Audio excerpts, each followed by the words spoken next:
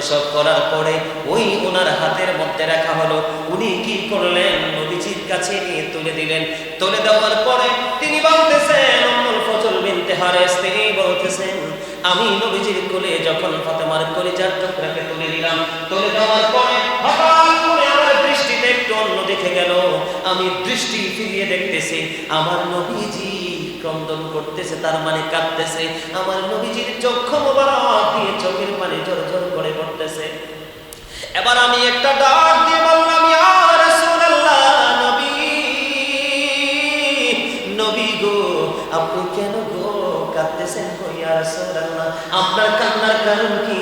আমার নবীজি বললেন, আমার কান্নার কারণ হলো ওই জিবরাইল এসে আমাকে খবর দিয়ে গেছে রে, আমার এই কলিজার টুকরাকে শহীদ করা হবে, এই জন্য আমি নবী কাঁদতেছি। শুধু তাই নয় ও বন্ধু, শুধু তাই নয়, ওই জিবরাইল এসে ওই যেখানে শহীদ হবে কারবালার মাটি পর্যন্ত আমার হাতে দিয়ে গেছে। জোরে জোরে বলুন আল্লাহু আকবার। কি করলেন? ঠিক এই হাদিস শরীফ আমার নবীজির কাছে যেমনি ভাবে ওই কারবালার পবিত্র মাটি এনে ওই আমার নবীজির কাছে দিয়ে দিলেন বন্ধু, ওই কারবালার মাটিগুলো আমার নবী উম্মে সালমাকে দিলেন।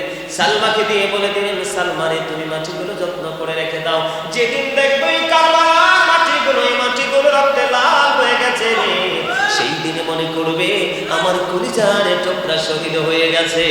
জোরে জোরে বলুন আল্লাহু আকবার। আরো জোরে বলুন আল্লাহু আকবার। রে উম্মে সালমা, এই মাটিগুলো তুমি যত্ন করে রেখে দাও, যেদিন দেখবে মাটিগুলো লাল হয়ে গেছে, সেদিনই আমার কলিজার টুকরা শহীদ হয়ে যাবে। ওই 61 হিজরিতে যখন কারবালার শুরু হয়ে যাবে, এখন যুদ্ধ শুরু হয়ে যাবে, ঠিক তার পূর্বক্ষণে উম্মে সালমা স্বপ্নে দেখলেন, সত্যি সত্যি আমার নবীজির সাথে দেখা হয়ে গেল। কি রে, দুলাবালিতে দোসর কেন আমার প্রাণের নবীজি? এই কারণে দোসর, আমি কারবালার ময়দান থেকে এসেছি। সত্যি সত্যি স্বপ্ন দেখার পরে উম্মে সালমা তিনি ওই সংরক্ষিত মাটিগুলোর দিকে নজর দিয়ে চাইয়া দেখলেন, ওই মাটিগুলো রক্তে লালে লাল হয়ে গেছে। জোরে জোরে আল্লাহু আকবার। হুসাইন রাদিয়াল্লাহু তাআলা আনহুকে ভালোবাসার দরকার আছে না নাই? আর জোরে বলেন, আছে না নাই? এই জন্য কবি লিখেছেন বন্ধু অত্যন্ত চমৎকার ভাবে, মা ফাতেমার নয়ন মনি হযরত আলী জান, ইমাম হোসেন শহীদ হলো কারবালার ময়দান, ইমাম হোসেন শহীদ হলো কারবালার ময়দান। দয়াল নবীর জবানে কারবালার বয়ানে, দয়াল নবীর জবানে কারবালার বয়ানে, আওলাদে রাসূল শহীদ হবে হাদিসে প্রমাণ, শহীদ হলো কারবালার ময়দান, ইমাম হোসেন শহীদ হলো কারবালার ময়দান। মা ফাতেমার নয়ন মনি হযরত আলী জান, মা ফাতেমার নয়ন মনি হযরত আলী জান, ইমাম হোসেন শহীদ হলো কারবালার ময়দান, ইমাম হোসেন শহীদ হলো কারবালার ময়দান। দয়াল নবীর জবানে কারবালার বয়ানে, দয়াল নবীর জবানে কারবালার বয়ানে, আওলাদে রাসূল শহীদ হবে হাদিসে প্রমাণ, হোসেন শহীদ হলো কারবালার ময়দান, ইমাম হোসেন শহীদ হলো কারবালার ময়দান। মারহাবা, আরো জোরে মারহাবা। ইমাম হুসাইন একটা নাম নয়, এটা একটা ইতিহাস, এটা একটা আদর্শ, এটা কুল কিনারাহীন এক মহাসমুদ্র। বন্ধুরে আমার, যাকে নিয়ে লেখে শেষ করা যায় না। গোটা পৃথিবীর গাছগুলো কেটে যদি কলম বানানো হয়, গোটা পৃথিবীর গাছগুলো একদিন শেষ হয়ে যাবে, কিন্তু ইমাম হুসাইনকে নিয়ে লেখা এখনো শেষ হবে না। সমস্ত পৃথিবীর জলাশয়গুলো থেকে পানিগুলো উঠিয়ে যদি বন্ধ কালি বানানো হয় রে, সমস্ত কালি ফুরিয়ে যাবে, কিন্তু ইমাম হুসাইনকে নিয়ে লেখা শেষ হবে না। সমস্ত পৃথিবীর যত গোডাউন আছে, পেপারের গোডাউন, সমস্ত পেপারগুলো শেষ হয়ে যাবে লিখতে লিখতে একদিন, কিন্তু ইমাম হুসাইনকে নিয়ে লেখা শেষ হবে না। কারণ ইমাম হুসাইন এমন একটা আদর্শ, এমন একটা নাম, এমন একটা ইতিহাস বন্ধু। হুসাইনকে নিয়ে লিখতে গেলে লেখক কাঁদে রে, স্বয়ং লেখা পর্যন্ত কাঁদে। কারণ ইমাম হুসাইন যখন শহীদ হয়েছে, পৃথিবীর সব যেমন তেমন বন্ধু, আমার আল্লাহ পর্যন্ত কষ্ট পেয়েছে। এই জন্য আমি একটা গজল প্রায় শুনে বলি, বন্ধু ধীরে ধীরে চালাও ছুরি, সীমার আমারি গলা,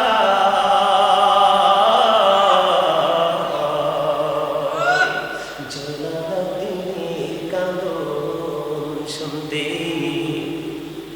দাও না রে আমায়, সীমার তোরে বিনয় করি,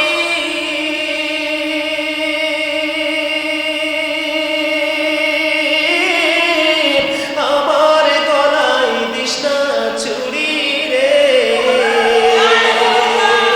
সীমার তোরে বিনয় করি,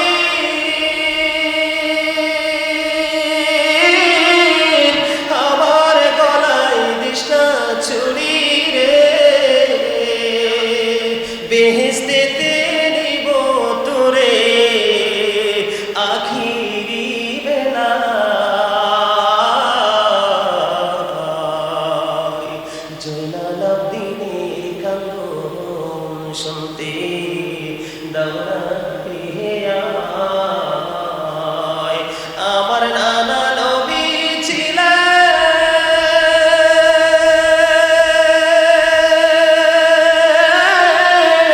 গুনাহগারের শাফি হলেন গো। আমার নানা নবী ছিলেন,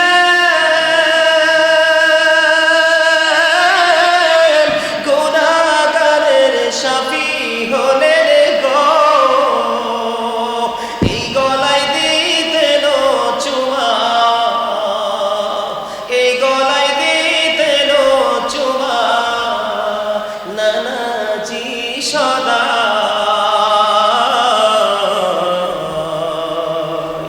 জয়নালাব্দিনের কান্দন শুনতে দাও না রে আমায়। কোথায় রইলেন মা জননী,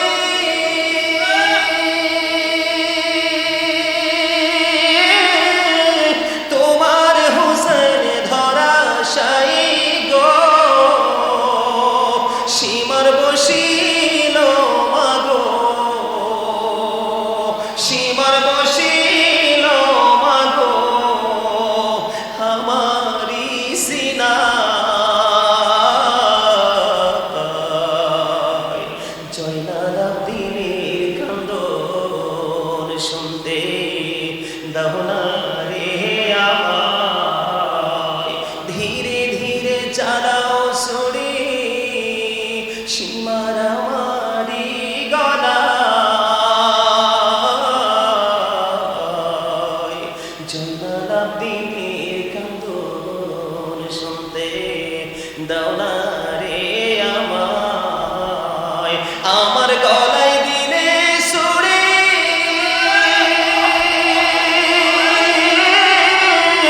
কাঁদিবে আসমান ও জমিন গো।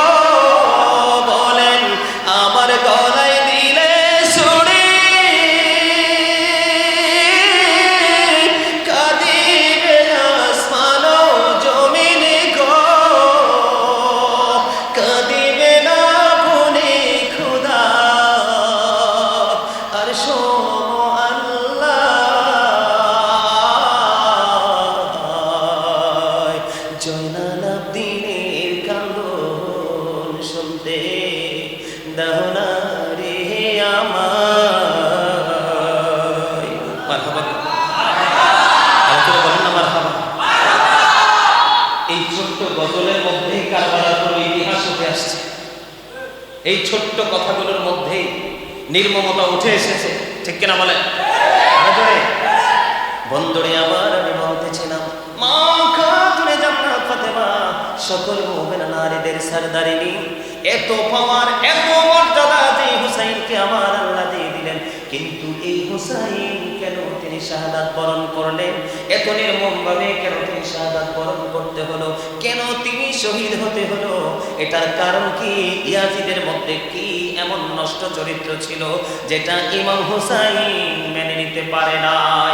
এই জন্য আমি আপনাদেরকে বলে দিতে চাই বন্ধু, এই উত্তরগ্রাম হাসানিয়া দরবার শরীফ থেকে আমি বলতে চাই রে, আমি একটু আগে ছোট্ট একটা হাদিস শরীফ আপনাদেরকে বলে দিয়েছি যে ইমাম হুসাইনের সাথে বিদ্বেষী হয়ে যদি তুমি ওই মাকাম ইব্রাহিমের মধ্যে থেকে যদি তুমি নামাজ পড়ো, রোজা রাখো, খানায় কাবা শরীফের রুকনে হাজরে আসওয়াদের মধ্যে যদি তুমি থেকে নামাজ পড়ো, রোজা করো, যদি তোমার ইমাম হুসাইনের সাথে প্রেম না থাকে, তোমার এই নামাজ রোজা তোমাকে জাহান্নামে নিয়ে যাবে।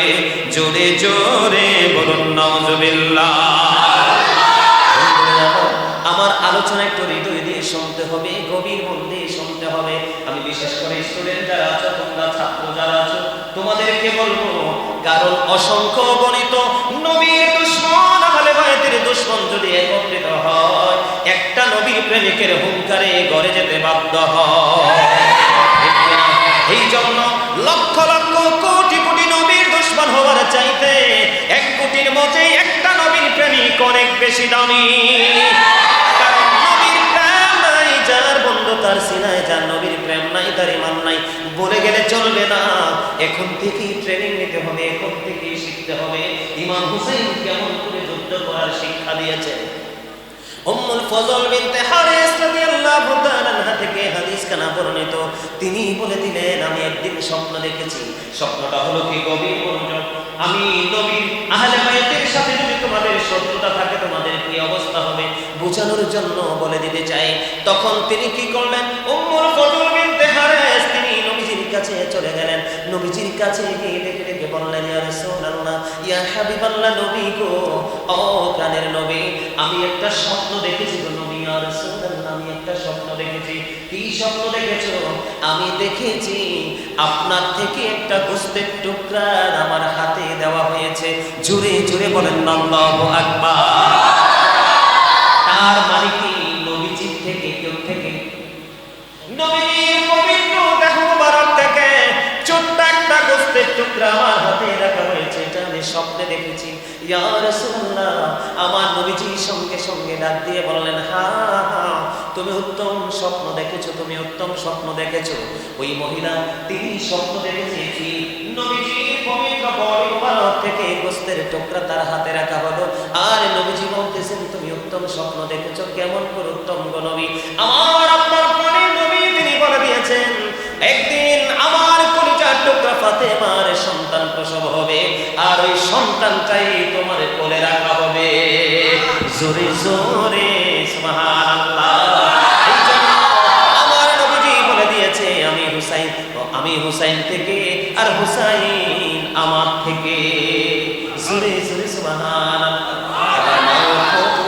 ফাতেমা হযরত হুসাইন রাদিয়াল্লাহু তাআলা আনহুকে যখন প্রসব করলেন, প্রসব করার পরে ওই ওনার হাতের মধ্যে রাখা হলো। উনি কি করলেন? নবীজির কাছে নিয়ে তুলে দিলেন। তুলে দেওয়ার পরে তিনি বলতেছেন, উম্মুল ফজল বিনতে হারিস তিনি বলতেছেন, আমি নবীজির কোলে যখন ফাতেমার কলিজার টুকরাকে তুলে দিলাম, তুলে দেওয়ার পরে হঠাৎ করে আমার দৃষ্টিতে একটু অন্য দিকে গেল। আমি দৃষ্টি ফিরিয়ে দেখতেছি আমার নবীজি ক্রন্দন করতেছে, তার মানে কাঁদতেছে। আমার নবীজির চক্ষু মোবারক দিয়ে চোখের পানি ঝরঝর করে পড়তেছে। এবার আমি একটা ডাক দিয়ে বললাম, ইয়া রাসূলুল্লাহ, নবী গো, আপনি কেন গো কাঁদতেছেন গো? ইয়া রাসূলুল্লাহ, আপনার কান্নার কারণ কি? আমার নবীজি বললেন, আমার কান্নার কারণ হলো ওই জিবরাইল এসে আমাকে খবর দিয়ে গেছে রে, আমার এই কলিজার টুকরাকে শহীদ করা হবে। এই জন্য আমি নবী কাঁদতেছি। শুধু তাই নয় ও বন্ধু, শুধু তাই নয়, ওই জিবরাইল এসে ওই যেখানে শহীদ হবে কারবালা মাটি পর্যন্ত আমার হাতে দিয়ে গেছে। জোরে জোরে বলুন আল্লাহু আকবার। কি করলেন? ঠিক এই হাদিস শরীফ আমার নবীজির কাছে যেমনি ভাবে ওই কারবালার পবিত্র মাটি এনে ওই আমার নবীজির কাছে দিয়ে দিলেন বন্ধু, ওই কারবালার মাটিগুলো আমার নবী জম্মে সালমাকে দিলেন। সালমাকে দিয়ে বলে দিলেন, সালমারে তুমি মাটিগুলো যত্ন করে রেখে দাও, যেদিন দেখবে এই কারবালার মাটিগুলো, এই মাটিগুলো রক্তে লাল মনে করবে আমার কলিজার টুকরা শহীদ হয়ে গেছে। জোরে জোরে বলুন আল্লাহু আকবার, আরো জোরে বলুন আল্লাহু আকবার। রে উম্মে সালমা, এই মাটিগুলো তুমি যত্ন করে রেখে দাও, যেদিন দেখবে মাটিগুলো লাল হয়ে গেছে সেদিনই আমার কলিজার টুকরা শহীদ হয়ে যাবে। ওই 61 হিজরিতে যখন কারবালার শুরু হয়ে যাবে, একক যুদ্ধ শুরু হয়ে যাবে, ঠিক তার পূর্বক্ষণে উম্মে সালমা স্বপ্নে দেখলেন সত্যি সত্যি আমার নবীজির সাথে দেখা হয়ে গেল। কি রে দুলাবালিতে দোসর কেন আমার প্রাণের নবীজি? এই কারণে দোসর, আমি কারবালার ময়দান থেকে এসেছি। সত্যি সত্যি স্বপ্ন দেখার পরে উম্মে সালমা তিনি ওই সংরক্ষিত মাটিগুলোর দিকে নজর দিয়ে চাইয়া দেখলেন ওই মাটিগুলো রক্তে লালে লাল হয়ে গেছে। জোরে জোরে আল্লাহু আকবার। ওই ফোরাত নদীর পানি পর্যন্ত ইয়াজিদ বাহিনী বন্ধ করে দিয়েছে, কারণ ইয়াজিদ ছিল পরিপূর্ণ মিথ্যার দিকে। কোন দিকে? ইয়াজিদ ছিল পরিপূর্ণ মিথ্যার দিকে, আর ইমাম হুসাইন ছিল বন্ধু পুরোপুরি সত্যের দিকে। কারণ ইমাম হুসাইনের উপদেশটা হলো আপনার আমার প্রাণের নবী ইমামুল মুরসালিন রাহমাতাল লিল আলামিন, আর ইয়াজিদের উপদেশটা হলো একজন ইহুদি যার নাম হলো শারজুল বিন মানসুর রুমি। জোরে জোরে বলুন নাউজুবিল্লাহ।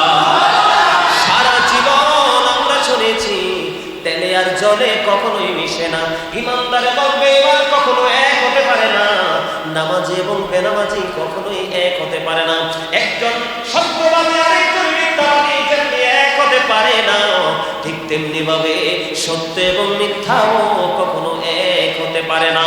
কারণ সত্যের নিয়ামত হলো চিরস্থায়ী জান্নাত, মিথ্যার নিয়ামত হলো চিরস্থায়ী জাহান্নাম। ও বন্ধু, আপনারা জানেন কিনা জানি না, শুনেছেন কিনা জানি না, আমার রাসূল বলে দিয়েছেন কেউ যদি মিথ্যা কথা বলে, মিথ্যা বলার মধ্যে অভ্যস্ত হয়, আমার রাসূল বলেছেন মিথ্যা কথা বলার সঙ্গে সঙ্গে তার মুখ থেকে এত বেশি দুর্গন্ধ বের হয়ে আসে, এই দুর্গন্ধ সহ্য করতে না পেরে তার সিকিউরিটি হিসাবে যেই ফেরেশতাগুলো তার সঙ্গে আছে, ওই ফেরেশতাগুলো ওই ব্যক্তি থেকে 1760 গজ দূরে চলে যায়। জোরে জোরে কন্যা নাউজুবিল্লাহ।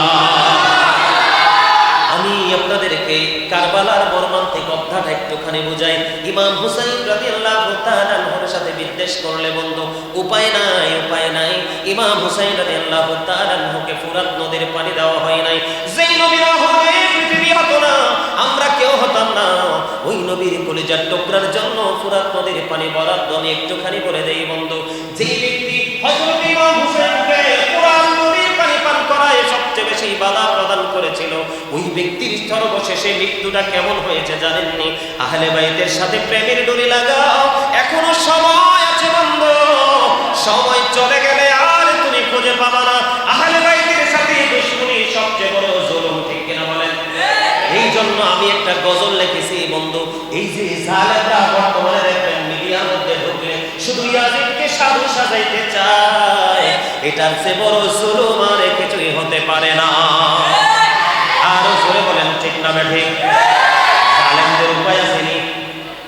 জুলুম যারা করে না বন্ধু হারাইলা দুকুল, জনম জনম কি দিও তোমার হবে না মাসুল। জুলুম যারা করে না বন্ধু হারাইলা দুকুল, জনম জনম কে দিও তোমার হবে না মাসুল।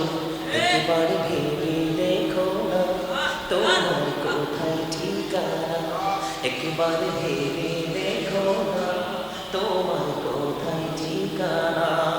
এখনো তো আছে সময়, এখনো তো আছে সময়, বুঝো তোমার ভুল, জনম জনম কে দিয়া তোমার হবে না মাসুল। কেন বলেছি বন্ধু? যিনি সবচেয়ে বেশি ভূমিকা পালন করেছিল ফোরাত নদীর পানি নবীর আহলে বাইতকে দিবে না, আলী মুকাম এবং তার সদস্যদেরকে খাইতে দিবে না, তাদের নির্মমতা এত গভীর ছিল। ওই ব্যক্তির পানির তৃষ্ণা লাগছে, পানির যখন তৃষ্ণা লাগলো শুধু সে পানি পান করতেছে, পানি পান শুধু কন্টিনিউ পানি পান করতেছে বন্ধু। পানির যখন তৃষ্ণা লাগলো সে শুধু পানি পান করতেছে, কিন্তু তার পানির তৃষ্ণা কোনোভাবেই মিটতেছে না। পানির তৃষ্ণা লাগতেছে আর পানি পান করতেছে, এমনি করে করে বন্ধু পানি পান করতে করতে করতে করতে তার তৃষ্ণা মিটে না। সর্বশেষে তার পেটে এত বেশি পানি জমাট বেঁধেছে, পানির তৃষ্ণা কিন্তু মিটেনি, অথচ তার বডিতে পানি পরিপূর্ণ ভরপুর ছিল। সর্বশেষে আর তার বডি পানি নিতে পারে না। ও বন্ধু, সর্বশেষে পেটটা ব্রাশ করে সে পানি পানি করতে ইন্তেকাল করেছে। ওই পাপিষ্ঠদের দিনে আমি কথা বলতে চাই না, আমি আপনাদেরকে বলে দিতে চাই, ইমাম হুসাইনকে শহীদ করে ইয়াজিদ মনে করেছিল অনেক বড় যুদ্ধের দিয়ে সমাপ্ত করেছে। আসলে না না না, ইমাম হুসাইন শহীদ হওয়ার পরে ইয়াজিদ পৃথিবীর বুকে বেশি দিন বাঁচতে পারে নাই। 2 বছর 8 মাস, মতান্তরে 3 বছর 8 মাস পর্যন্ত বেঁচে ছিল।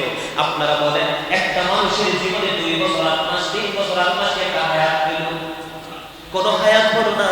ইমাম হুসাইন রাদিয়াল্লাহু তাআলা আনহু শাহাদাতের পরে ইয়াজিদ একটা দিনের জন্য বন্ধু ভালো শান্তি মতো একটা মিনিট কাটাইতে পারে নাই, কারণ তার উপরে তো ছিল আমার আল্লাহর লানত। আমি সেই দিকে পড়ে যাই, আগে নিষ্ঠুরতা নির্মমতার যে সিম্পটম এটা আগে তুলে ধরবো। বন্ধুরে আমার, ফুরাত নদীর পানি বন্ধ করে দিল। এই দিক দিয়ে ওই যে একটু আগে আমি গজল বলেছি, একটুখানি গজল বলেছি, আপনারা খেয়াল করেছেন কিনা জানি না। ওই যে বলেছি, জুলুম যারা করে না বন্ধু হারাইলা তো কুল, জনম জনমকে দিও তোমার হবে না মাসুল, একবার ভেবে দেখো না তোমার কোথায় ঠিকানা, এখনো তো আছে সময়, এখনো তো আছে সময়, বোঝো তোমার ভুল, জনম জনমকে দিও তোমার হবে না মাসুল। এই যে বললাম, এখনো যদি তুমি ভুল বুঝতে পারো, আমার আল্লাহ তোমাকে ক্ষমা করতে প্রস্তুত। তার একটা এক্সাম্পল, নির্মম যুদ্ধ শুরু হওয়ার আগে যে হুর ইমাম হুসাইনকে কুফা পর্যন্ত নিয়ে এসেছিল, যুদ্ধ শুরু হওয়ার পূর্বে সে তার মনের মধ্যে আহলে বাইতের প্রতি প্রেম জন্ম হয়ে গেল, ভালোবাসা জন্ম হয়ে গেল। হুর একটা ডাক দিয়ে বললেন, ওগো আলী মোকাম, ওগো নবীর কলেজার টুকরা, আমার একটা প্রশ্ন আছে, জানতে মনে চাই গো। তোমার প্রশ্নটা কি আমাকে করো। কয়, আমি তো আপনাকে কুফা পর্যন্ত নিয়ে এসেছি, শত্রুদের একেবারে আক্রমণ মধ্যে আপনাকে নিয়ে এসেছি, কিছুক্ষণের মধ্যে আপনাকে শহীদ করে দেওয়া হবে, আপনাকে পৃথিবী থেকে চিরদিনের জন্য বিদায় করে দেওয়া হবে। ওগো নবীর কলিজার টুকরা, আমি তো আপনাকে এনেছি দুশমনের কবলে, এখন যদি আমি আল্লাহর কাছে তওবা করি, অনুতপ্ত হয়ে আমার আল্লাহ ক্ষমা করবে কিনা। এবার ইমাম হুসাইন একটা ডাক দিয়ে বললেন, হ্যাঁ, তুমি যদি আল্লাহকে ভালোবেসে সত্যি সত্যি যদি আহলে বাইতের সাথে প্রেমের ডুরি লাগাইয়া তুমি যদি তওবা করো, তাহলে আমার আল্লাহ তোমার তওবা কবুল করে নেবে। এবার হুর অত্যন্ত খুশি হয়ে গেলেন, আশ্বস্ত হয়ে গেলেন। সে বন্ধু এবার ইমাম হুসাইন ডাকতেছে, তুমি নিচে নেমে এসো, তুমি নিচে নেমে আসো। এবার ওই হুর ডেকে ডেকে বলে, ও নবীর কলিজার টুকরা, আমি একটা সেকেন্ডের জন্য আমি সুস্থ অবস্থায় নিচে নামবো না, আমার দেহ নয়, আমার লাশ আপনার কদমে যাবে। জোরে জোরে কন্যা সুবহানাল্লাহ। ওয়াজ কি বুঝেন না? বুঝছেন? যিনি ইমাম হুসাইনকে শহীদ করার জন্য ইয়াজিদের বাহিনীর পক্ষ হয়ে সবচেয়ে বড় যিনি বীর পুরুষ ছিলেন, যোদ্ধা ছিলেন, ভয়ঙ্কর ছিলেন, তিনি যুদ্ধের আগে তওবা করতেছে ইমাম হুসাইনের কাছে। জোরে জোরে কন্যা সুবহানাল্লাহ, আরো জোরে বলেন না সুবহানাল্লাহ। ইমাম হুসাইন কি বলেছে? তুমি যদি সত্যি ভালোবেসে তওবা করো, আমার আল্লাহ তোমার তওবা কবুল করে নেবে। তারপরে তিনি বলেছেন, আমার দেহ আপনার কাছে যাবে না, আমি সুস্থ অবস্থা আপনার কাছে যাব না, আমার লাশ আপনার কদমে যাবে, আপনার পক্ষে সর্বপ্রথম শহীদ হব আমি হুর। জোরে জোরে বলেন না সুবহানাল্লাহ, আর জোরে বলেন সুবহানাল্লাহ। আমাদের সেই চেতনা নিয়ে বাঁচতে হবে, না হয় দুনিয়াও শান্তি নাই, আখিরাতেও। এই শান্তির জায়গা খুঁজতে হলে আহলে বাইতের বিকল্প। বন্ধু, দেখতে দেখতে দেখতে দেখতে অনেক কিছু হয়ে গেল, একক যুদ্ধ শুরু হয়ে গেল। আমার দিকে তাকান, একক যুদ্ধ শুরু হয়ে গেল। সর্বপ্রথম নবীর পরিবার থেকে আলী আকবর বের হয়ে আসলো। ইমাম হুসাইনকে একটা ডাক দিয়ে বললেন, বাবা বাবা গো, আমাকে অনুমতি দেন, আমি সত্যের পথযাত্রী হতে চাই, ওই ইয়াজিদ বাহিনীর সাথে আমি যুদ্ধ করতে চাই। আলী আকবরকে ইমাম হুসাইন অনুমতি দিয়ে দিলেন। অনুমতি দিয়ে দেওয়ার পরে এবার তিনি যুদ্ধের ময়দানে গেলেন। যুদ্ধ করতে করতে ইমাম আলী আকবর করতে পারে না, দৌড়ে চলে আসলেন। এবার ইমাম হুসাইনকে এসে ডাক দিয়ে বললেন, বাবা বাবা গো, পানির তৃষ্ণায় আর তো পারছি না গো বাবা, বাবা একটুখানি পানি দাও না। পানি দিবি কোত্থেকে রে বন্ধু, কারণ 3 দিন পর্যন্ত তো বাবাও পানি পান করতে পারে না, কারণ ফোরাত নদীর পানি বন্ধ করে দিয়েছে। এবার হযরত হুসাইন একটা ডাক দিয়ে বললেন, বাবা বাবা গো, আমি যখন তৃষ্ণার্ত হতাম, পিপাসা লাগতো, আমি আমার নানার কাছে যখন যেতাম, নানার কাছে যদি কোনো অপশন না থাকতো, আমার নানা আমার দিকে নানার জিহ্বা মোবারক বের করে দিত, আমি নানার জিহ্বা মোবারক চষে আমি পরিতৃপ্ত হয়ে যেতাম, আমার কাছে এই অপশনটাই বাকি আছে রে বাবা। এবার ইমাম হুসাইন উনার শুষ্ক জিহ্বাটা ওই ইমাম আলী আকবরের দিকে যখন বের করে দিল, আলী আকবর চষতে থাকলো, কিন্তু এই জিহ্বা চষে তো তৃপ্তি হওয়ার কোনো সুযোগ নেই, কারণ এই জিহ্বায় তো কোনো পানি নাই। ঠিক কেনা বলেন বন্ধুরে আমার? এবার বাবার জিহ্বাটা চষলেন, চষতে চষতে দেখে পানি নাই রে, পানি নাই। তারপর সত্যের পক্ষে লড়াই করতে পিছপা হয় নাই, আবার চলে গেলেন যুদ্ধের ময়দানে, যুদ্ধ শুরু করলেন। যুদ্ধ করতে করতে হঠাৎ করে আলী আকবর একটা ডাক দিলেন, বাবা বলে। এবার ইমাম হুসাইন দৌড়ে ছুটে গেলেন ওই নির্মম কারবালার অধ্যায়, দৌড়ে চলে গিয়ে দেখলেন ওই কলিজার টুকরার বুকের মধ্যে তীর বিদ্ধ হলো। এবার আলী আকবর ডেকে ডেকে বলে, বাবা বাবা গো, আমার তীর আপনি বের করে নেন, ইয়াজিদ বাহিনীর উপর আমি হায়দারি আক্রমণ চালাবো। কিন্তু ইমাম হুসাইন যখন ওই আলী আকবরের বুক থেকে যখন তীর যখন টেনে বের করলো, তখন সঙ্গে সঙ্গে আলী আকবর শাহাদাত বরণ করে ইন্না লিল্লাহি ওয়া ইন্না ইলাইহি রাজিউন। বন্ধুরে আমার,